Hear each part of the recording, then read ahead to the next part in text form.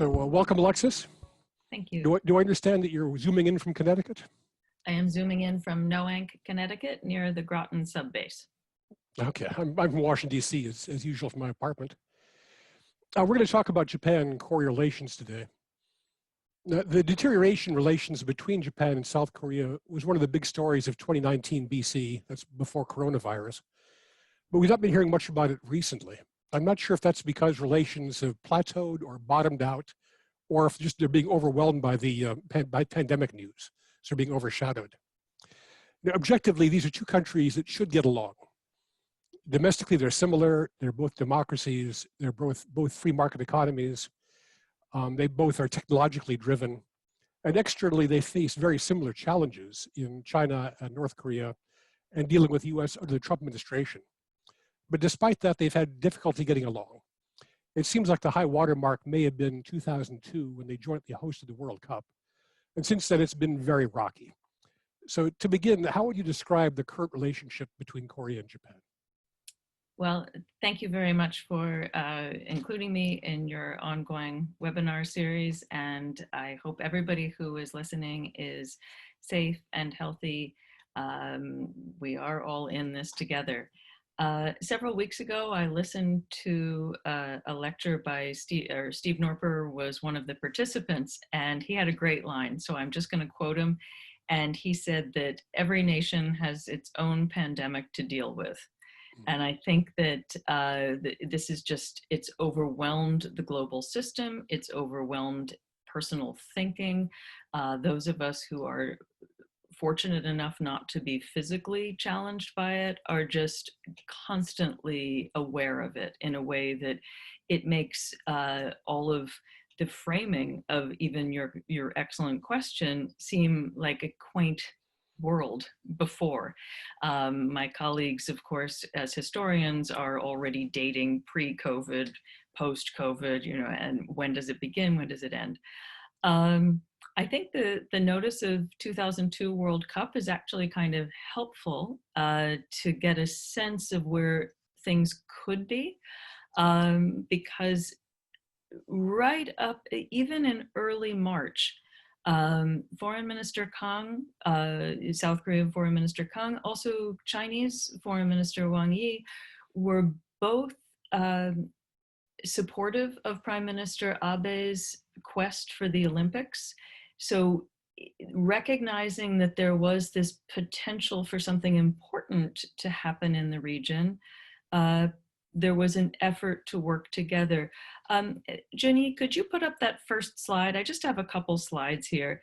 I'm calling this sort of pandemic relations.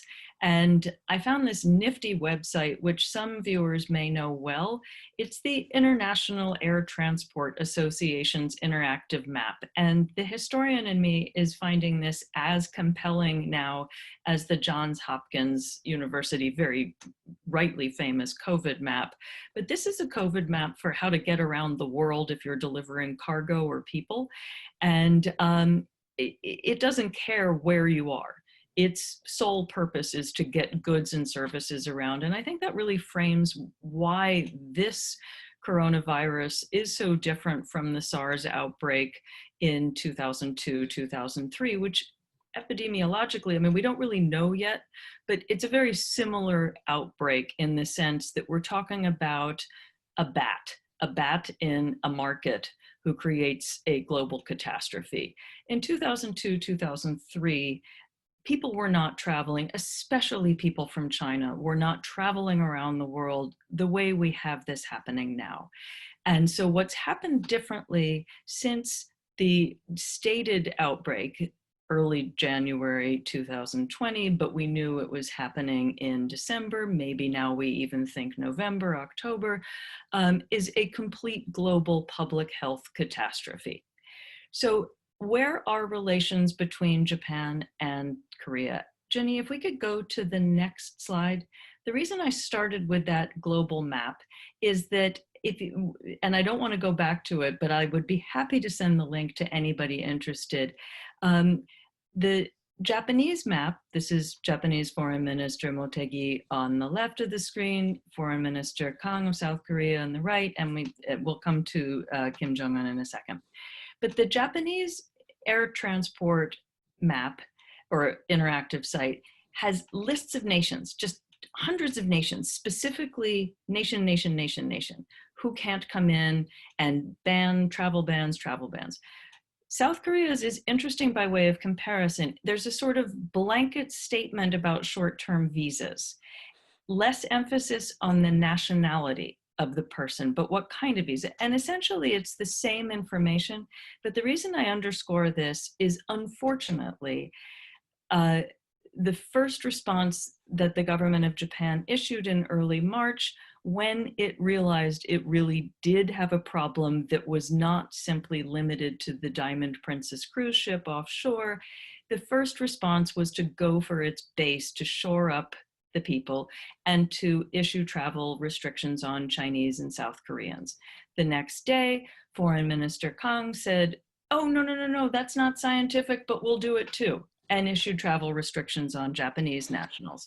So it's a quid pro quo that plays to the base.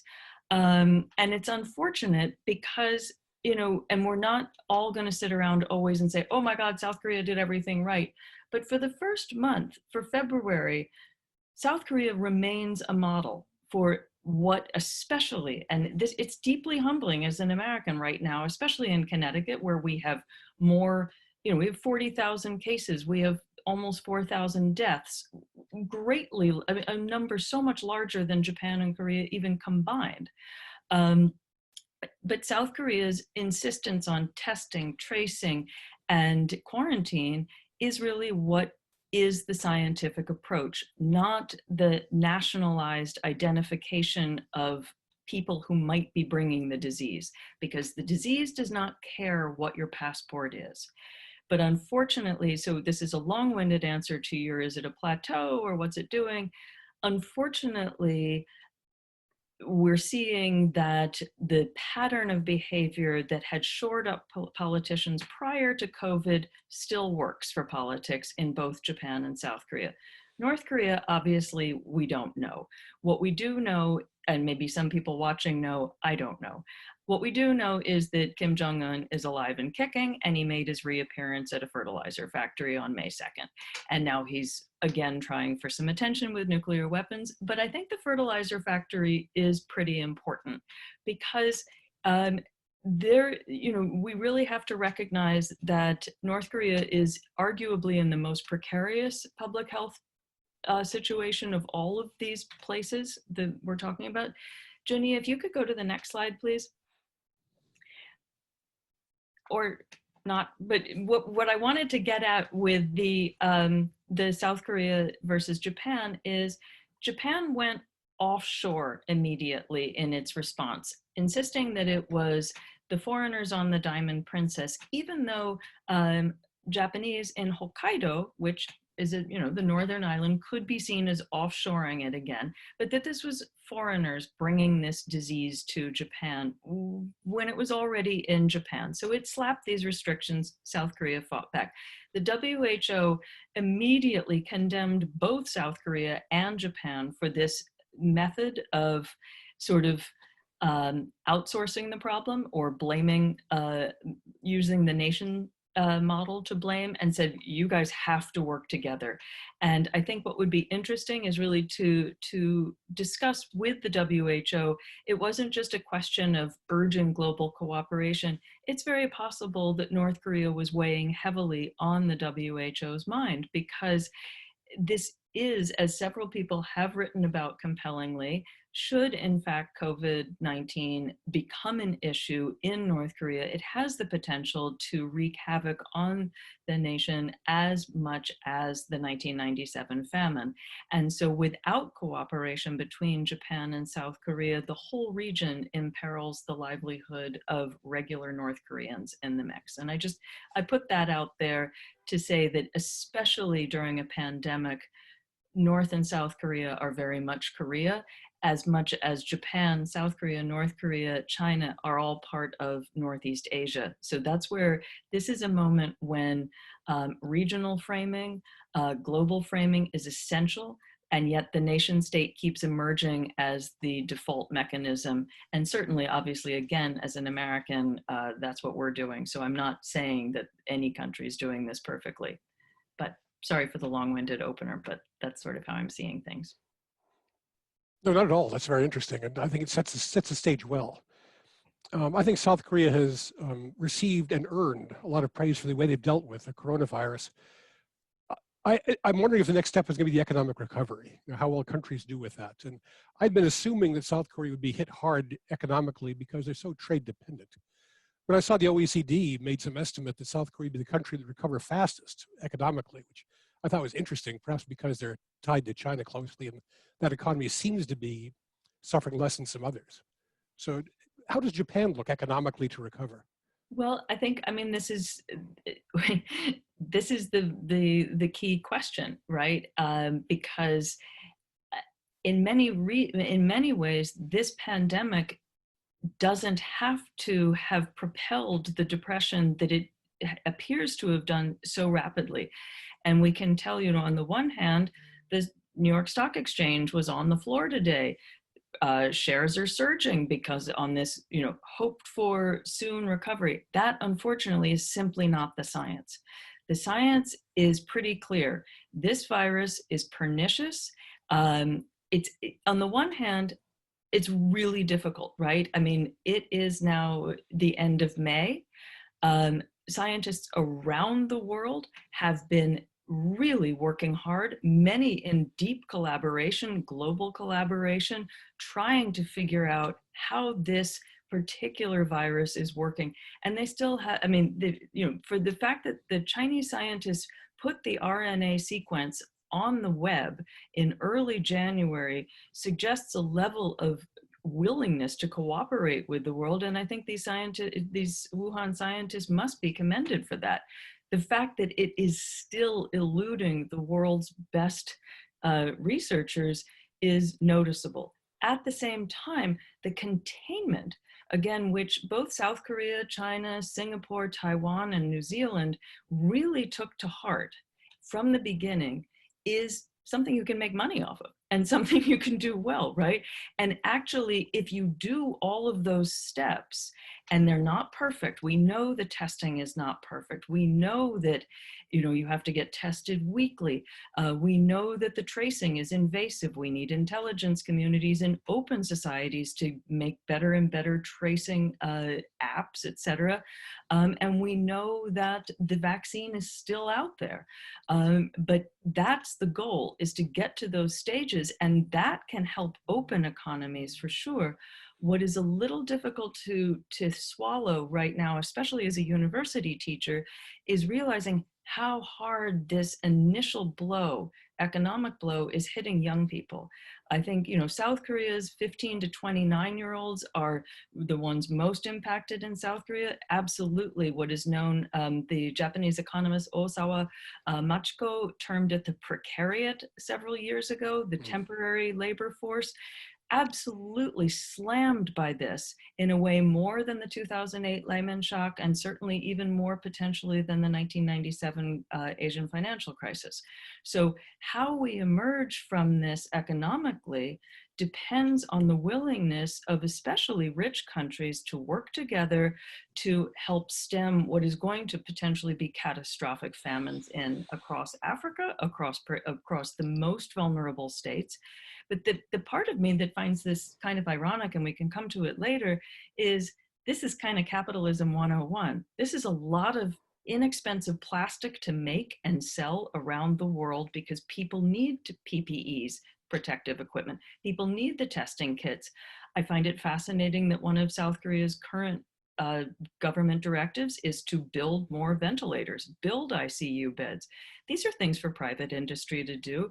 Retool the workforce that has been laid off, and not just for gig economy delivery jobs, but it does not take a trained doctor or nurse to perform a test. It requires maybe 2 days of training to learn how to administer a test properly. we may have 40 million unemployed people in the United States. Certainly some of those people could be trained. And I'm sorry to go on, but as a No, historian, it starts with the economy, and that's this right. is a disaster. So Japan absolutely should be training. There should be government directives, not just promising free masks and $1,000 to students who are Japanese students and not foreign students, but it should be training the people who had part-time jobs in supermarkets to help with the testing, to help with the care, and provide them from a state level with the proper protective equipment and pay for the proper protective equipment. And again, then somebody makes money. Yeah, I agree. We're not hearing enough about the problem that's coming in Africa and the Middle East. It seems like in the absence of G7 or G20 leadership, that's one area where Japan and Korea could work together to try to find Absolutely. ways they could join forces to try to deal with the crisis that's coming. And then I would just again throw North Korea in the mix there. And And North Korea. I mean, just get ready for the absolute lack of infrastructure in North Korea. We know North Korea has one of the highest incidents of multi-drug resistance tuberculosis on the planet. Yeah. Get ready for it. Well, that's exactly right. Let me mention at this point to the audience that we're going to try to save time for questions and answers. So please feel free to pose questions using the Zoom Q&A function at the bottom of the screen. And we'll look at that queue as soon as we can get to it. To get back to nuts and bolts of the Japan-Korea relationship a little bit, it seems like good news that in Japan's latest diplomatic policy paper, released fairly recently, they referred to South Korea again as an important ally. They used those words for the first time in 3 years. It looks like a promising sign. But there may be a problem looming, as I understand it, in the forced labor story again. In December 2018, the Korean Supreme Court ruled that individual forced laborers had the right to sue Japanese companies. They seized some assets. Those have been kind of an escrow ever since, but I've heard that over the next few months, South Korea may make the decision to actually sell those assets and then give the funds to the forced laborers. So if that happened, how serious would it be? How would Japan react to it? Well, maybe Jenny could go to the next slide if that would be possible. And if not, okay, great. Yeah, so this issue is going to survive COVID-19. As deep-seated historical issues will do. In terms of the assets, I think one thing that is not getting a lot of attention at the moment, and I understand, the virus is actually the real topic at the moment. Last week, a bill that was before the South Korean parliament about forced labor got shelved and put aside. I don't personally know the backstory to that or the inner workings of why this measure that had been in the works for several months has been pushed aside, especially since President Moon and his party definitely have a mandate to continue ahead. There are numerous ways to analyze this, but I think it's possible to see that as South Korea's willingness not to have this front and center at a moment when, as President Moon made clear on May 18th in a speech to the WHO, we need to work globally. We all need to work together. At the same time, the history issue of forced labor continues to be real, and insofar as the families, the survivors, will continue to seek justice and have the mandate to do so, I can't say when it's going to rise again. What I can say is in the interim, and literally on the verge of the COVID-19 outbreak, and I put this document up in the bottom right. This was discovered by a South Korean researcher late in 2019.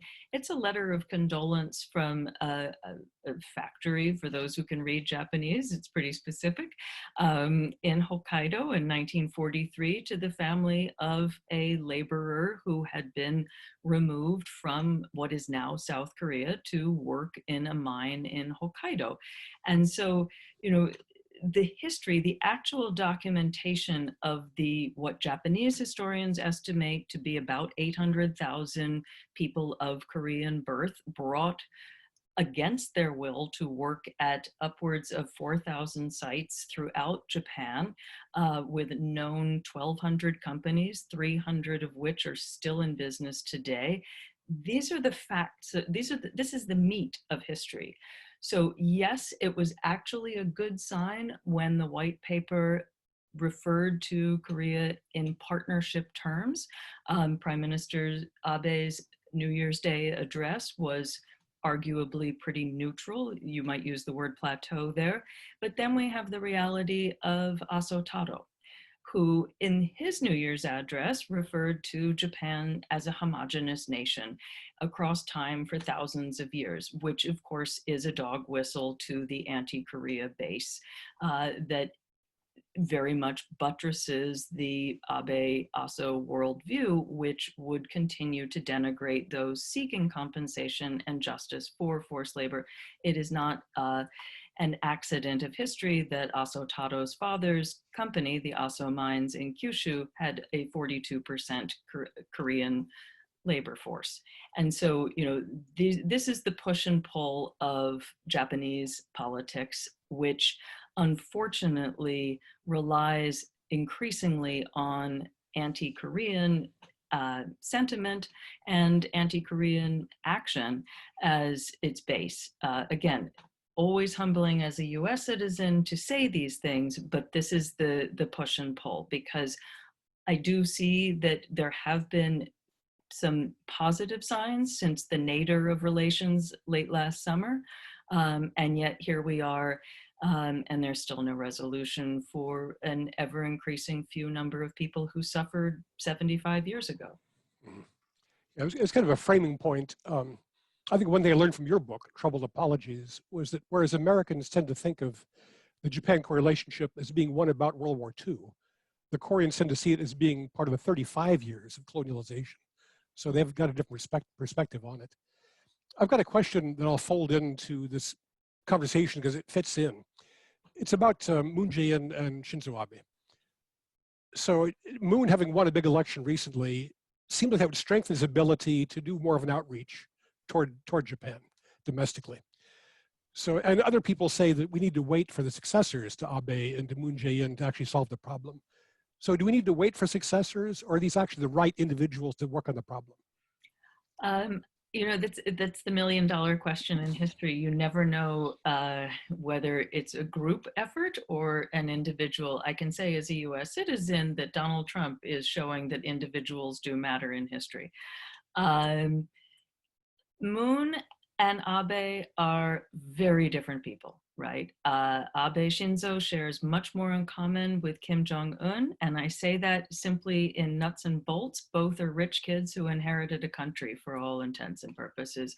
Moon Jae-in, however, is his focus is different from many, many of his predecessors insofar as an anti-Japanese position is not his goal.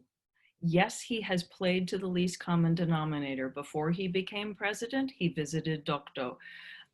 Since being president, I think one of the low points was last August at the height of the anti-Japanese sentiment in South Korea, when he said, that he would fight Japan just tooth and nail, and he really got into it. You could say always that South Korea is on the defensive, and then the world focuses on South Korea not getting over it. I think we need to step back and recognize that Moon Jae-in's goal is to have better relations with North Korea. And that undergirds every one of his actions. And that combined with, back up a couple years, Donald Trump's overtures to North Korea absolutely pulled the rug out from Prime Minister Abe's understanding of how he was supporting himself. Abe had positioned himself on being deeply anti-North Korean, or at least using North Korea as a foil. And all of a sudden, Trump, whom Abe thought was going to be his best friend forever, decided he wanted to make overtures to North Korea, which opened Moon into the sunshine policy that got refashioned into moonshine, whatever we're going to call it. So can Moon and Abe make peace? I don't know, but I think China is going to be the determining factor here, because the United States has just evaporated itself from credibility. We wave guns around, we demand money from both of our long-term allies, and we're making a mockery of ourselves as a nation of science by, I don't even want to go into how disastrous COVID-19 is in the United States compared to Japan and South Korea. But China is clearly not just rising militarily, but rising as the absolute power that both Japan and South Korea are going to not just have to contend with, but figure out how to position themselves next to. And so are Abe and Moon the people to do that? How the nations handle the virus outbreak, I think really will shape the coming months, if not the answer to your question. Will that solve the issues of forced labor? It opens avenues for them, because this crisis, this public health catastrophe, offers the possibility for engagement in a way that has nothing to do with the colonial era. Okay, that leads to another question from the audience, and what I've had too, about the US role in all this. And it seems to me that the US has become so transactional with both Tokyo and Seoul that any concession that they make now looks like caving into Washington rather than alliance building. So I think trilateral cooperation seems like a tough road to hoe for the time being. Until the US is acting more generously again, is there some other country that Korea and Japan both would find easy to work with that might propose common projects to work on? Europeans, Australia, India, can somebody else help? Sure. I mean, in India, Australia in particular, so essential to the United States' vision of an Indo-Pacific. Yes, and both those countries, as well as numerous, countless European countries, have deep relations with South Korea from the Korean War, and both have interests in the region getting along harmoniously. Again, I think all of the countries raised are finding the same problem with the United States now creating this standoff with China, because it's really forcing countries not to have to pick, but to have to say, where did the United States go? Because none of these countries is naive enough to think that just being thrown money by China is the way to go. Yet in the whole-scale absence of US leadership, it's really kind of a free-for-all. And so there are all sorts of numerous proposals for smaller groupings of nations to get along. But backing up, the problem remains, the linchpin in all of this, even including, very much including the structure of the US alliances with Japan and South Korea, and how the normalization of both Japan and South Korea has been structured since 1965, is the Korean War, which, we're about to have the 70th anniversary of the beginning of the Korean War. And without an end to the Korean War, it's really difficult to unravel any of these knots, especially the prior ones involving forced labor, involving issues lingering from Japan's colonial era, which are the ones the United States allowed Japan to brush under the rug. And so all of these issues are tied together that unfortunately necessitates the presence of the United States in a way that, yes, good faith diplomacy by India, Australia, various European nations certainly brings people to the table, but the final decider, as it were, unfortunately remains Washington, and Washington has just disappeared. If there's any very thin silver lining to US foreign policy now, is had other countries, it made them think about their relationships with each other. Because they've got to think about what else they can do. They've got to hedge as much as they can. So we're kind of forcing some cooperation. I'm not sure if that's our intent or not. That gets down to kind of a final bottom line question, which is more important? The fact that Japan and Korea have so much common interest that they really need to work together? Or is it more important that the obstacles they're facing in the relationship bilaterally are too big to overcome? Which is the bigger factor? My final slide is, we're in a pandemic, And if Jenny wants to throw it up, what we need, what we need is we need to work together to get through this pandemic so that then we can really take stock. Basically, I'm just showing pictures of PPEs and testing kits because we really do need to get through this pandemic together, because that's where Japan, South Korea, their efforts, longstanding efforts, especially in more vulnerable countries in Africa, throughout Micronesia, Melanesia, throughout the Pacific, Latin America even. We are on the verge of some real global catastrophes that we need Japan and South Korea's expertise, connections, and ability to work together, both scientifically and entrepreneurially, just in every way, shape, or form. And so I just, the only thing a historian can do in a pandemic is to survive it so we get to the other side. But this much I can see is we have to help one another in any way possible and not worry about the national origin of things, but rather getting through this and learning from this catastrophe for better planning in the future. Okay, well, thank you, Alexis. I'll take that as a positive note to end on. We need each other. That's not the worst thing to have happen. Okay, thank you very much. Junie, could you put up the upcoming events slide, please? Okay, so let me just remind people that we have some upcoming events you'd be more than welcome to tune in for.